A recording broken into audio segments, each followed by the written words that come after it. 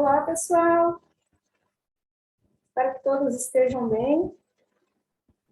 Hoje a gente vai ver, então, um pouquinho dos testes não paramétricos, tá? Alguns que são mais utilizados, os conceitos, e aplicações desses testes no software R, que é um software gratuito, tá? Então, vamos lá. Para a gente entender o que são os testes não paramétricos, né, a gente precisa primeiramente entender o que são testes de hipótese. Então, acredito que a maioria saiba, né? Mas recapitulando, né, o que são os testes de hipóteses? São procedimentos para decisão sobre a veracidade ou falsidade de determinada hipótese. Então, para que uma hipótese estatística ela seja validada ou rejeitada com certeza, seria necessário a gente examinar toda a população, só que na prática é inviável. Na prática, a gente acaba pegando uma parcela dessa população, né? Uma parte dessa população que a gente chama de amostra da população aí de interesse. E a gente geralmente retira essa amostra da população de forma aleatória, tá? E como a decisão é tomada com base na amostra, podem ocorrer erros, né? Por exemplo, de a gente estar rejeitando uma hipótese quando ela for verdadeira ou não rejeitando quando ela for falsa. E, então, o nível de significância, o alfa, de um teste representa a probabilidade de rejeitar a hipótese nula quando ela for verdadeira. Então, esse alfa, esse nível de significância, ele pode ser de 1%, 5% ou 10%. Se a gente tem um nível de significância de 1%, por exemplo, o nosso intervalo de confiança vai ser de 99%, tá? Já aquela nossa amostra do resultado do nosso teste está representando fielmente a nossa população. Então, dito isso, os tipos de teste de hipóteses que nós temos são os paramétricos, né? Como o próprio nome já diz, eles envolvem parâmetros populacionais, por isso o nome de paramétrico. E o que são esses parâmetros? É qualquer medida ou característica quantitativa que descreve a população. Por exemplo, a média, o desvio padrão, a variância populacional, né? E nós temos também os não paramétricos, que a gente já vai ver na sequência, tá?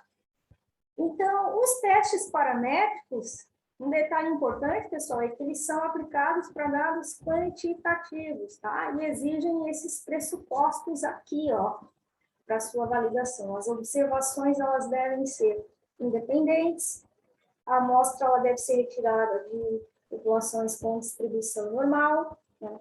As populações devem ter variâncias iguais, né, para teste de comparação de duas médias populacionais emparelhadas ou K-médias populacionais, né, maior do que 3, por exemplo.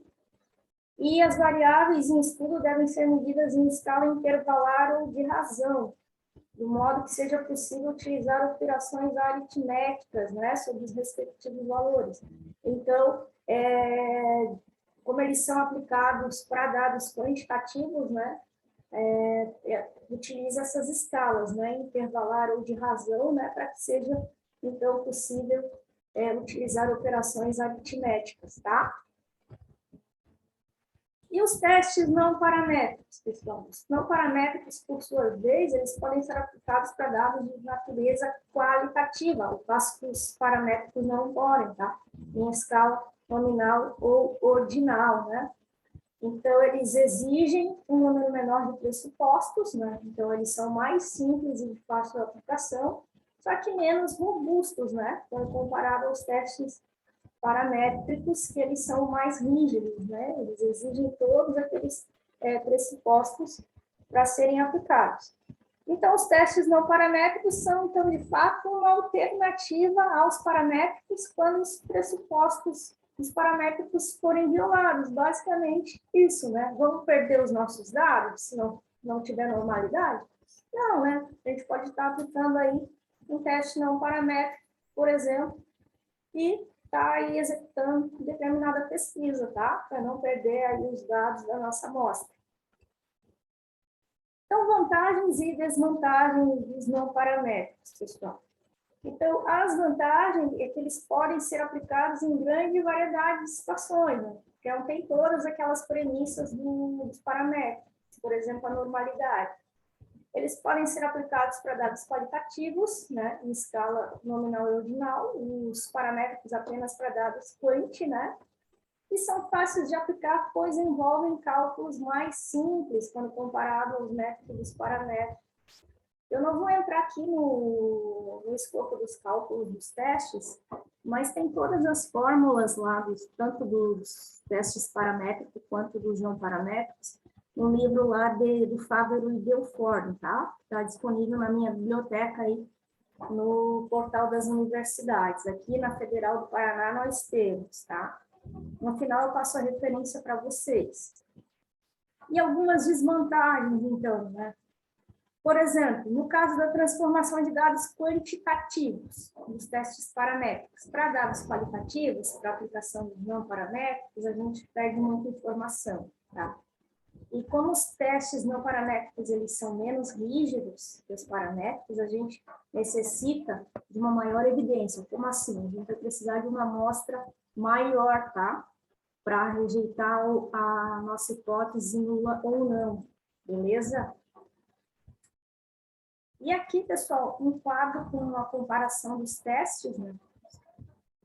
Os equivalentes não paramétricos dos paramétricos, ó. A gente tem o teste de Wilcoxon para uma amostra que é equivalente ao teste T para uma amostra, o teste de Wilcoxon pareado é o teste T pareado, o teste T para duas amostras, a gente pode usar o teste de Wilcoxon ou o teste de Mann-Whitney, e a nova, o não paramétrico equivalente ao Kruskal-Wallis. Nós vamos ver esses testes não paramétricos hoje, tá? Então, o teste de Mann-Whitney, pessoal, ele é equivalente ao teste de Wilcoxon, tá? Ambos os testes são utilizados para testar a hipótese de que duas populações têm a mesma distribuição ou apresentam a mesma média. Ambos são alternativas ao teste T, né? No caso de amostras independentes. Amostras são utilizados também, são adequados para amostras pequenas ou não atendendo ali os pressupostos, né, do teste T, e para variáveis qualitativas em escala ordinal.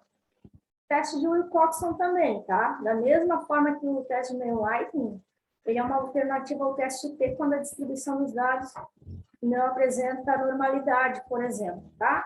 Então, a diferença dos dois testes, pessoal, é o que o teste de Wilcoxon é pareado, ou seja, para dados dependentes, mesmo indivíduo ou grupo, e o teste de Wilcoxon é para dados independentes, ó, indivíduos ou grupos distintos.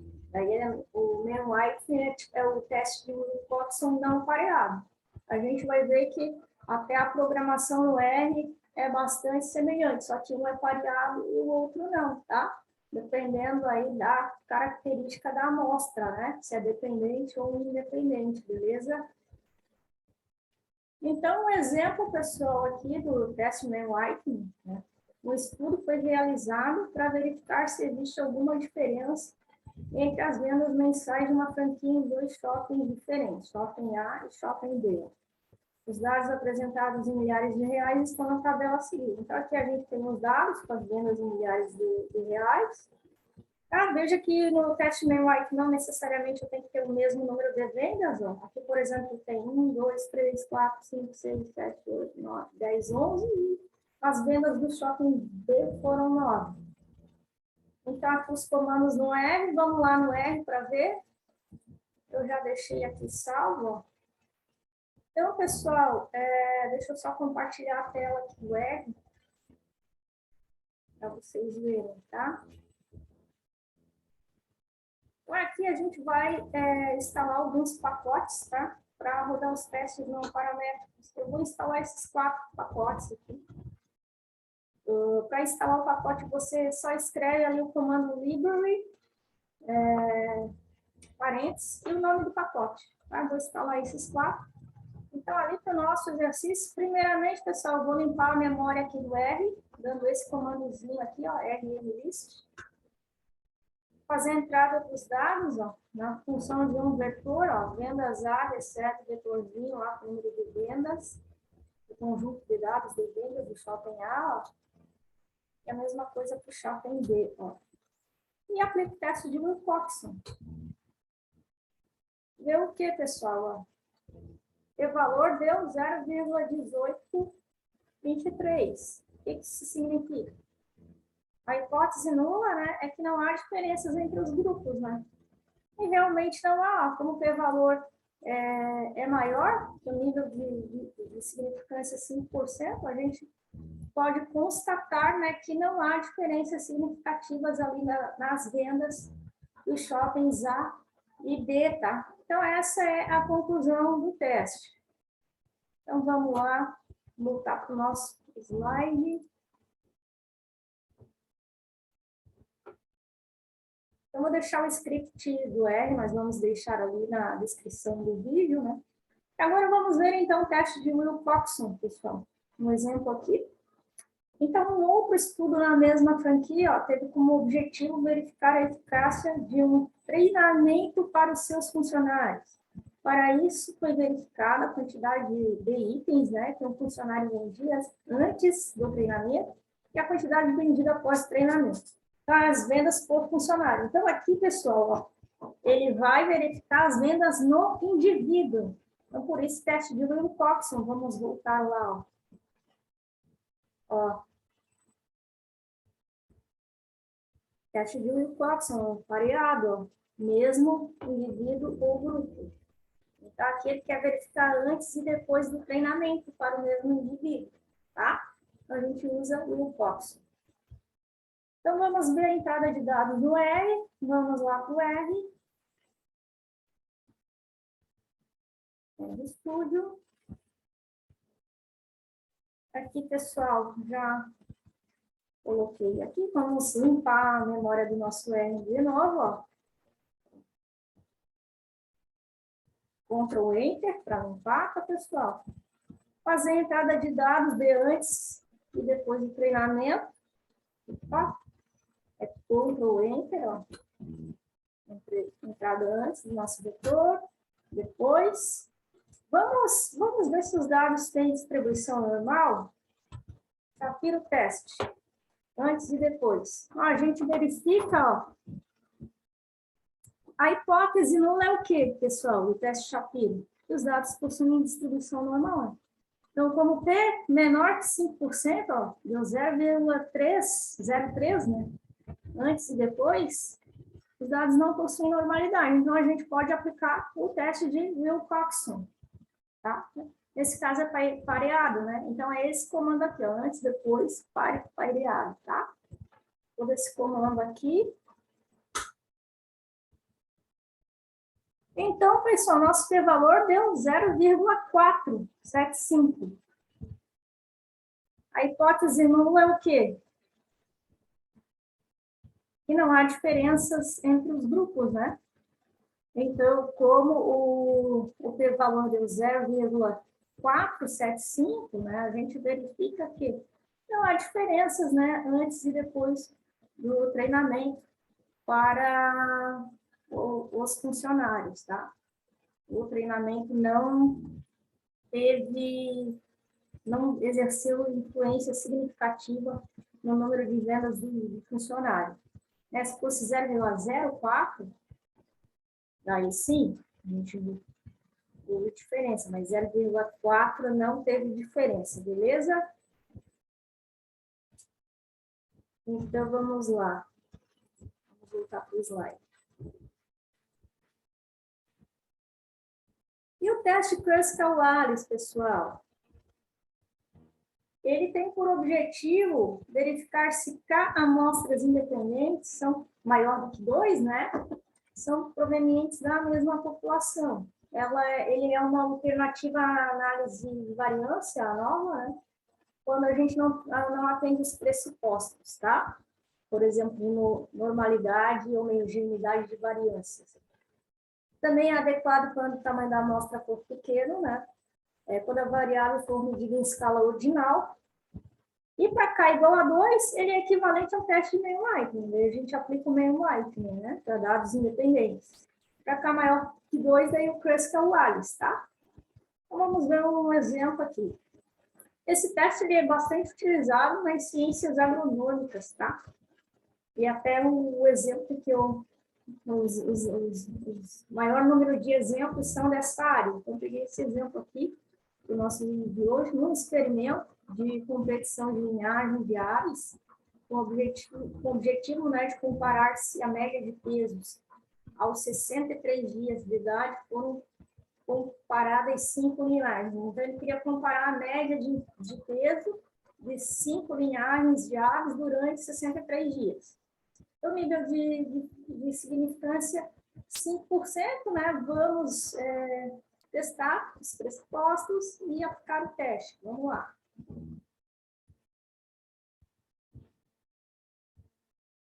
Vamos lá para o RStudio.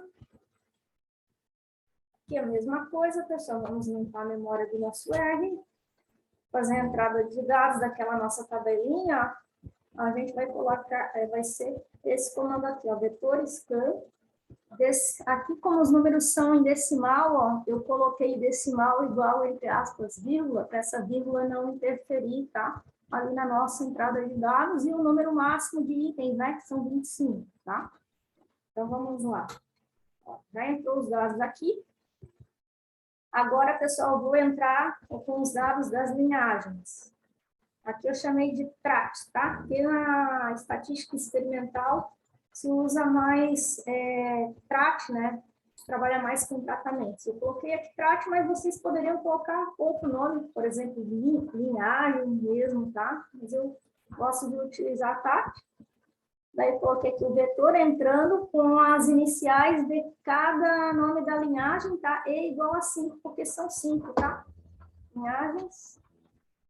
Agora eu vou transformar os meus dados, pessoal, numa matriz, para a gente visualizar melhor. Dados, recebe data frame, né? Peso e o tratamento, como eu chamei ali as linhagens. Está aqui a nossa matriz dos dados, ó. É só selecionar ali da Ctrl Enter e você consegue ver ali os dados em forma de uma matriz.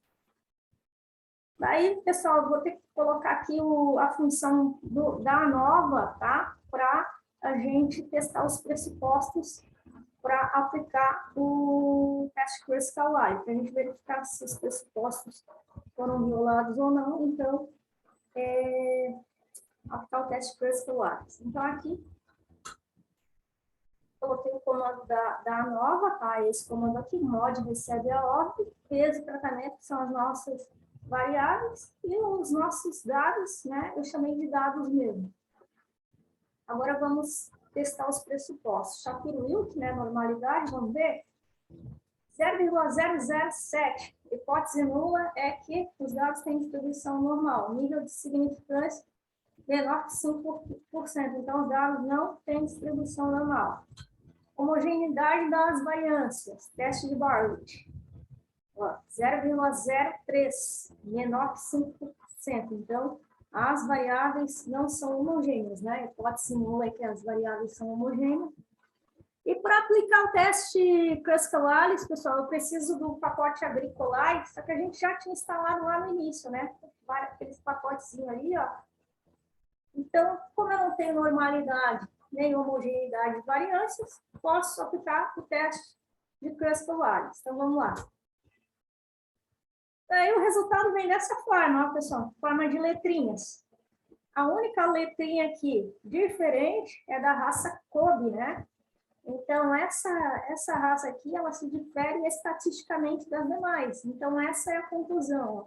E aqui a gente, pelo valor numérico, a gente observa realmente, né, que ela é relativamente o valor superior, né, diferente das demais. Então, a nossa conclusão é que há diferença significativa, né, do peso das aves conforme a linhagem, né, e que a linhagem Kobe, ela se difere das demais. Então, pessoal, sobre os testes não paramétricos, era isso. Deixa eu só colocar aqui a referência para vocês, que é o livro aqui do Fávero, ó. Lá vocês têm, com maior detalhes, as explicações teóricas, só que ele não trabalha com software R, né? Ele trabalha com outros softwares estatísticos, mas no R a gente tem aí essa facilidade de estar baixando e utilizando gratuitamente, tá? Mas daí, se vocês quiserem aprofundar, né, os testes de hipóteses, testes paramétricos ou não paramétricos, esse livro aqui ele é bem didático, e está na minha biblioteca aqui, está no e-book da minha biblioteca aí das universidades, tá? Aqui na Universidade Federal do Paraná, pelo menos nós temos. Então, beleza, pessoal?